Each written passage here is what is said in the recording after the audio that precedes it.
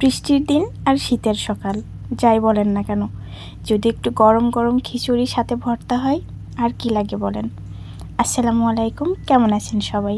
আলহামদুলিল্লাহ, আমি ভীষণ ভালো আছি।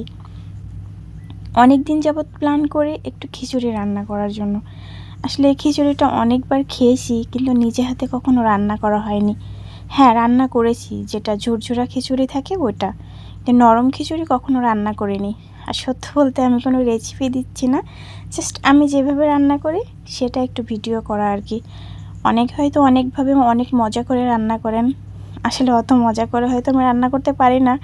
আমি ঠিক যেভাবে পারি সেভাবেই করছি। তো এখানে খিচুড়ি রান্না করার জন্য যত প্রকারের মশলা লাগে আমি সব মশলা দিয়েছি।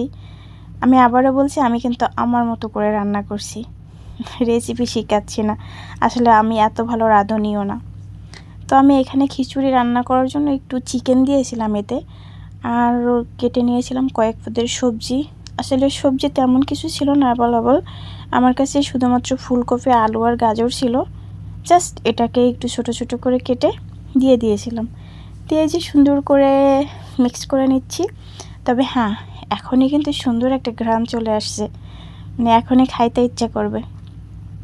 আর অন্যদিকে এই যে পোলাও চাল আর ডাল আমি সুন্দর করে ধুয়ে রেখে দিয়েছিলাম, এখন সেগুলো এখানে অ্যাড করে দিলাম। সবগুলো একসাথে সুন্দর করে মিক্স করে নিচ্ছি, নিয়ে একটু নাড়াচাড়া দিয়ে তারপরে দিয়ে দিয়েছিলাম একটা টমেটো ফ্রেশ। আর হ্যাঁ, আমার হাজব্যান্ড নরম খিচুড়ি অনেক পছন্দ করেন। ও সবসময় বলে নরম খিচুড়ি পছন্দ পছন্দ, বাট আসলে আমি অনেক দিন থেকে মনে মনে ভাবি রান্না করব, কোনোদিন সাহস করে রান্না করি না, যে ভালো হবে কি কেমন হবে জানি না। যাই হোক, আজকে রান্না করেই ফেললাম। তারপরে এই যে কিছুক্ষণ নাড়াচাড়া করে এখানে একটু গরম পানি অ্যাড করে দিলাম। পানিটা একটু কম হয়ে গেছে, এখানে অবশ্যই আর একটু পানির প্রয়োজন, তো আমি আরও একটু পানি অ্যাড করে দিয়েছিলাম লাস্টে। তবে হ্যাঁ, এই মুহূর্তে কিন্তু সুন্দর একটা ঘ্রাণ আসছে। আর হ্যাঁ, ভুলে গেছি, এখানে আমি একটু ঘি অ্যাড করেছিলাম, কিন্তু সেটা দেখাতে ভিডিও নিতে ভুলে গেছি। তো অবশ্যই এখানে একটু ঘি অ্যাড করার চেষ্টা করবেন, তাহলে ফ্লেভারটা আরও বেশি সুন্দর লাগবে। তারপরে দিয়েছিলাম কয়েকটা কাঁচামরিচ এবং ধনিয়া পাতা। ফ্রেশ ধনিয়া পাতার স্মেল, ঘ্রাণ এত সুন্দর, মনে হচ্ছিল এখনই খেয়ে নিই।